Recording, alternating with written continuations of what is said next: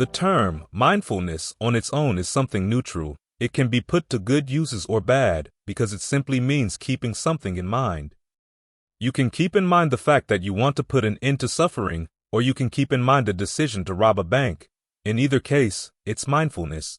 Mindfulness becomes right or wrong depending on the task to which you put it, whether, from the point of view of putting an end to suffering, you're keeping the right or the wrong things in mind. So as we're practicing, we want to make sure our mindfulness is right mindfulness. There are 2 spots in the canon where the Buddha defines right mindfulness. The best-known definition is in terms of the 4 satipatthanas, the 4 establishings of mindfulness. In fact, there are 2 huge discourses on the topic. But it's also good to keep in mind that there's another definition of right mindfulness that's a lot simpler. It's simply keeping in mind the fact that you want to develop the skillful qualities of the path and to abandon their antitheses. In other words, you keep in mind the fact that you want to develop right view and abandon wrong view, to develop right resolve and abandon wrong resolve, and so on down the line. What this means is that you're not just observing without preference whatever comes up. You're keeping in mind the fact that there are skillful qualities you want to develop and unskillful ones that you want to abandon. When you keep that fact in mind and then apply it to what you're doing, that's right mindfulness combined with right effort, and it's important to keep this context in mind. Sometimes people interpret the teachings on the establishings of mindfulness out of context, saying that right effort and right concentration are one sort of practice, whereas right mindfulness is something else entirely. But right mindfulness actually leads to right concentration, and it builds on right effort, the desire and effort to develop skillful qualities of the mind and to abandon unskillful ones. You have to keep that in mind. To keep that in mind effectively, you've got to establish mindfulness to give yourself a framework that will lead to right concentration. So as we're practicing mindfulness, remember the context. We try to develop a skillful understanding of what's skillful in the mind and what's not, along with the desire to develop what's skillful, to abandon what's not. And now we're going to keep that in mind. The best way to remember something is to have a good solid framework or foundation, a good frame of reference, which is where the establishings of mindfulness come in. Sometimes, you see these establishings listed simply as body, feelings, mind, and mental qualities. Those, when taken in and of themselves, are the frames of reference you use when establishing mindfulness, but the actual establishing of mindfulness is much more. It's a complex process. To begin with the first frame of reference, you try to remain focused on the body in and of itself, ardent, alert, and mindful, putting aside greed and distress with reference to the world. That whole process is the first establishing of mindfulness, and it's the process we're working on here as we focus on the breath. It's a process centered on the body, and it's good to understand each aspect of the process. To remain focused is termed anupassana. You choose something to watch and then you stick with it, in this case, the body in and of itself. In other words, you're not looking at the body as part of the world, or however it might be measured in the context of the world, whether it's good looking or bad looking, whether it's strong enough to do the jobs you need to do out in the world. You're simply with the body in and of itself on its own terms. Ardent, alert, and mindful. Ardency is what carries the process of right effort into the practice of right mindfulness.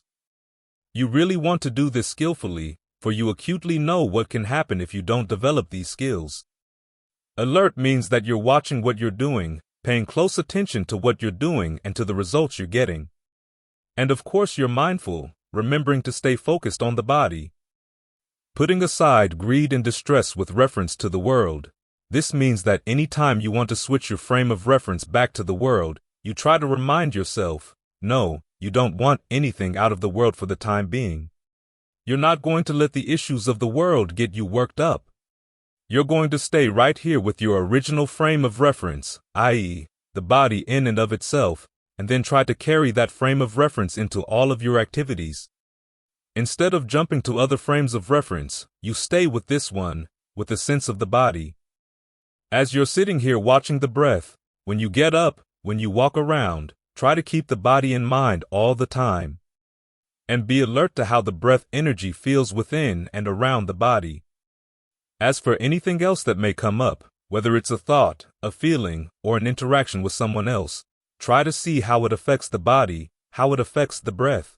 This is how you strengthen your frame of reference and turn it into an object of concentration. When you're talking with someone else, notice how your body is reacting during the talking. When you're working, notice how your body is reacting, how the breath is reacting during the work. Always refer things back to the breath. That way your frame of reference becomes really established, and you start getting insights you wouldn't have seen otherwise. That's because establishing the body here as your frame of reference helps to keep the mind inside instead of flowing out. Luang Pu Dun once said that the mind flowing out to its objects is suffering. So to unlearn that habit of flowing out and causing suffering, you want to keep your awareness centered inside. Of course, what will happen is that your awareness will keep flowing out, but maybe after a time you'll be able to see it flow out as you're not flowing along with it. It's as if one mental state is flowing out while the observer is staying right here with the body. When you don't go out with that mental state, it stops. It goes out a little ways and just falters and dies. That's an important insight, the realization that you can observe states of mind without getting entangled with them. That's when you can start using other frames of reference. Ajahn Lee makes the point that when you're staying with the breath, you've got all four frames of reference right there. You've got the breath, which is an aspect of the body. Then there's the feeling associated with the breath. There's the mind state that's trying to maintain concentration. And then there are the various mental qualities, either the hindrances that are interfering with your concentration or the factors for awakening that are helping you along. You want to make use of all four frames. But the body is basic. Staying with the body helps you observe the mind, feelings, and mental qualities without getting sucked in by them. This is why the meditation begins with the breath. This is why, when Buddha gave instructions on how to develop concentration in a way that brings to fruition all four establishings of mindfulness, he said to stay with the breath. As you stay with the breath, you focus on the breath in ways that deal with feelings, that deal with the mind, that deal with mental qualities, but you never really leave the breath. Instead, you train yourself to observe things in conjunction with the breath. So of all the various places you can establish mindfulness, the breath is the most important, the most crucial, the one that you really want to work on the most. There's a passage in the text where the Buddha says you can focus on the body internally or externally, or both internally and externally. This fits into a pattern we often see in the teachings, that when you look at yourself, you also want to remind yourself that whatever is true about the inner workings of your body and mind is true about everybody else's body and mind. This helps put things into perspective. When you're having trouble with your hindrances, remind yourself that you're not the only one. Other people have trouble with the hindrances as well. When you have pain in the body, remind yourself that everybody else has pains in the body too. This follows the pattern on the night of the Buddha's awakening. He started with knowledge about his own past, his own stories. And if you think you're carrying around a lot of stories, think about someone who could remember back many eons, all the stories he could have carried around. But he didn't carry them around, he just watched them. He observed them and came up with some questions. Does this truth, the truth of rebirth, apply only to me or to other people? What's the principle that determines how you go from one life to the next? So in the second watch of the night, he inclined his mind to the passing away and rebirth of all beings, seeing people dying and being reborn on all the many levels of the cosmos. And seeing the larger picture in this way, he saw a larger pattern, that the nature of your actions is what determines where you get reborn. Skillful actions done under the influence of right views lead to a good rebirth. Unskillful ones done under the influence of wrong views lead to a bad rebirth. That's the general principle. Notice that the Buddha started out with himself, then moved to other beings, before finally arriving at the third insight, which was to focus directly on the present moment in and of itself. Looking at the larger picture before focusing on the present may seem like a detour, but it's needed to put things into perspective. Otherwise, as you're sitting here meditating and facing your problems, it seems like you're the only one sitting here in pain or distraction. It's helpful to remind yourself that everybody goes through this. No matter how bad the pain, there have been people who sat through worse pain and yet came out on the other side.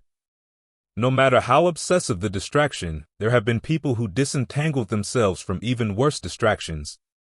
So these contemplations of your body and other people's bodies, your mind and other people's minds, seem to be designed to put things into perspective, as an aid in putting aside greed and distress with reference to the world. All of this is designed to put the mind in a position where it's ready to settle down. The mindfulness and alertness protect the mind and provide a good foundation. The quality of ardency is what helps make it skillful. And when you reflect on the universality of suffering, it gives you the right motivation for practicing. All these qualities together get you ready to settle down and stay really solidly with the breath.